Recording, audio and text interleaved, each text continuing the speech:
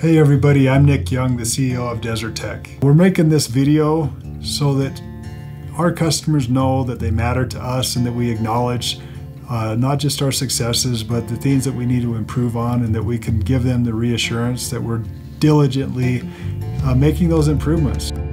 We needed to improve on our order fulfillment, the visibility of the orders, production delays, stocking quantities on our website, customer service communications, and software limitations. We really wanted to elevate everybody's customer experience with Desert Tech. Order visibility was a huge miss for us pretty much all of last year and in years prior, but specifically last year we struggled. Our former accounting system didn't allow us to see the expected completion times, and so we were trying to do things manually, and it really was a clunky and impossible task to try to maintain. We implemented a new ERP system and really focused hard on the accuracy of our estimates and put together processes that allowed us to show that visibility not only internally but also externally. I'm the one that will actually enter those scheduled ship dates, and then that's visible for our sales team to be able to deliver those dates to their customers. Continual improvement is what we're doing as far as keeping those scheduled ship dates. We're trying to continually improve on the accuracy of those, but it's mostly implemented already. You know, as we continue to improve this process and we look back to where we were this time last year compared to where we are today, there was a huge variance in our what we predicted was the schedule and what actually happened. So anywhere from 8 to 12 weeks variance this time last year, which has been reduced to somewhere between 2 and 4 weeks now, which is a huge improvement, but still something, again, that we want to continue to shrink that number so that when we say something is 1 week out, we mean it's 1 week out.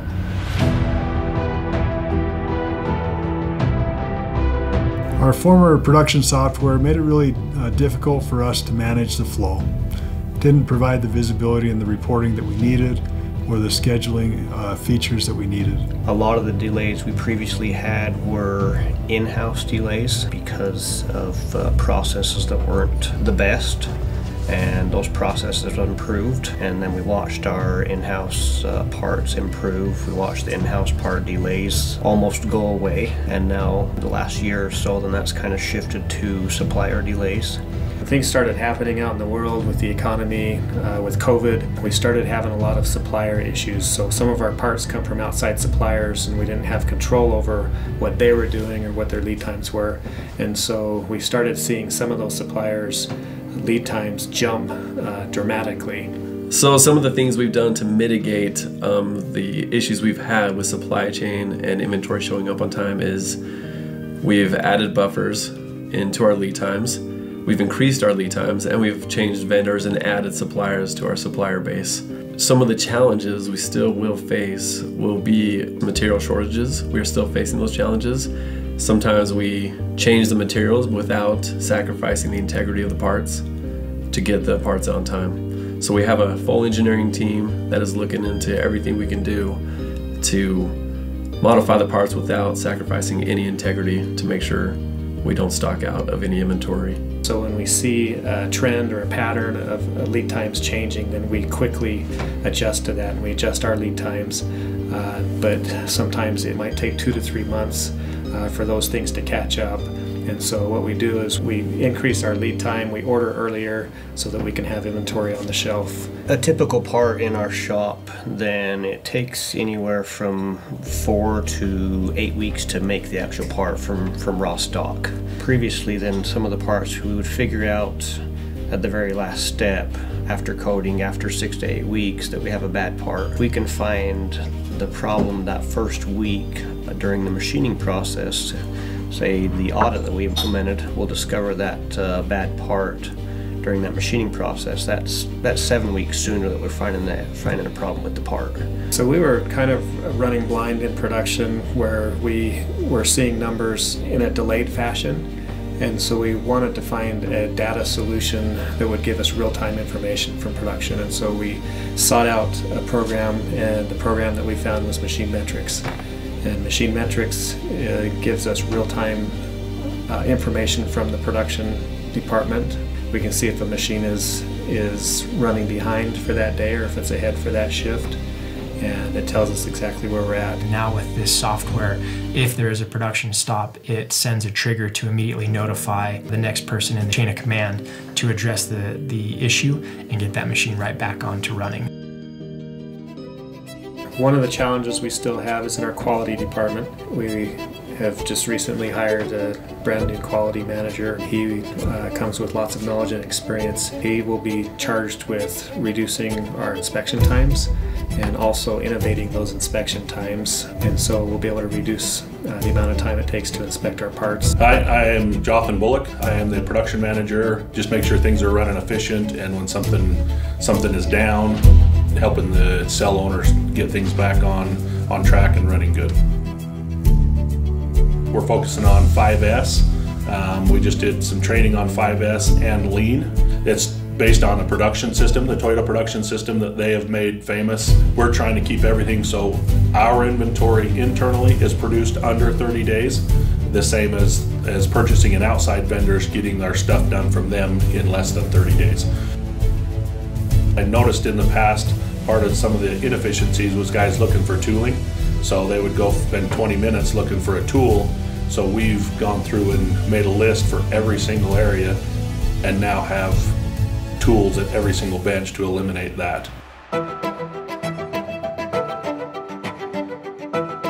We've adopted a new ERP system, production system, that allows us to manage the workflow, schedule the workflow, track the workflow.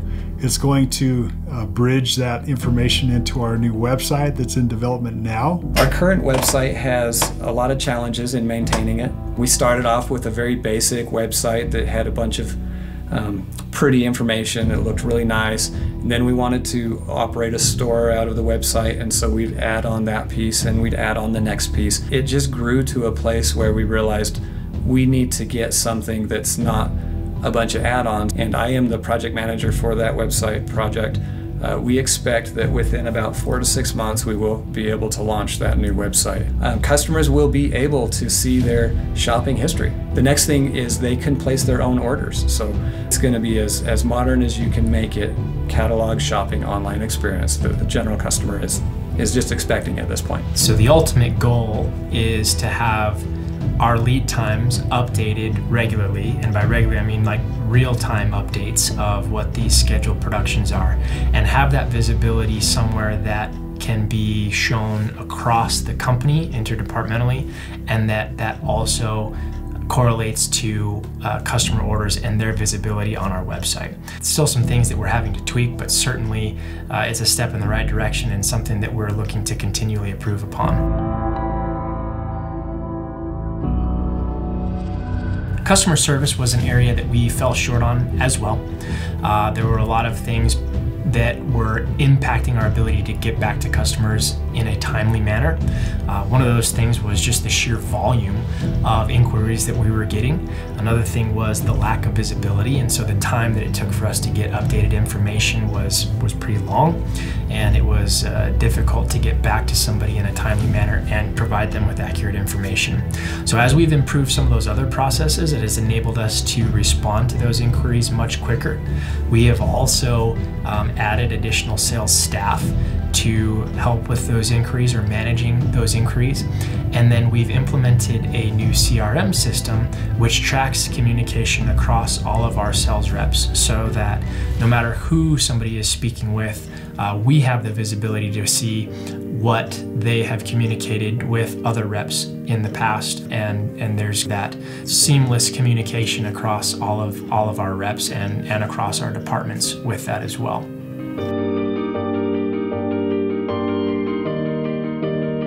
We had transaction challenges where a transaction would not go through the system properly. Our users, they needed a lot of training and they still got things wrong.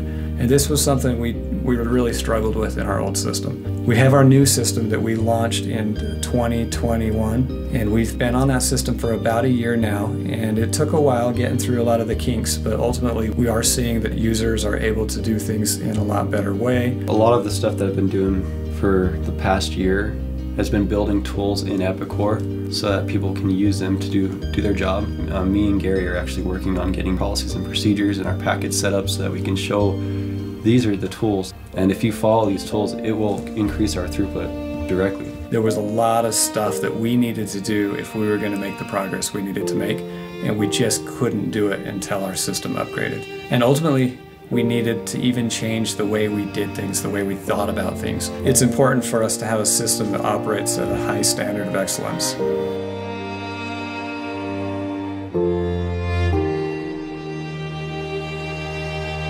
So I'm really excited for the future at Desert Tech. We've made a lot of changes. We've started working really hard on our company culture. We've started to streamline all of our processes, and we're starting to see the results of those efforts now. We've brought a team of people in that's very experienced and very knowledgeable that can get the job done. I've been really happy with the progress that we've made so far in these efforts. We still have a lot out in front of us, though.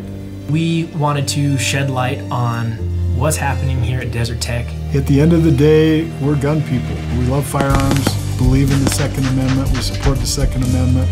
Desert Tech is comprised of a lot of people who are gun enthusiasts. We have veterans here, we have people who love hunting, we have precision shooters, competition shooters. We want to give you the experience that we would expect to have. Up to this point in time, we've really focused heavily on innovation in the products. We need that same innovation in the customer experience. That's our focus for 2022.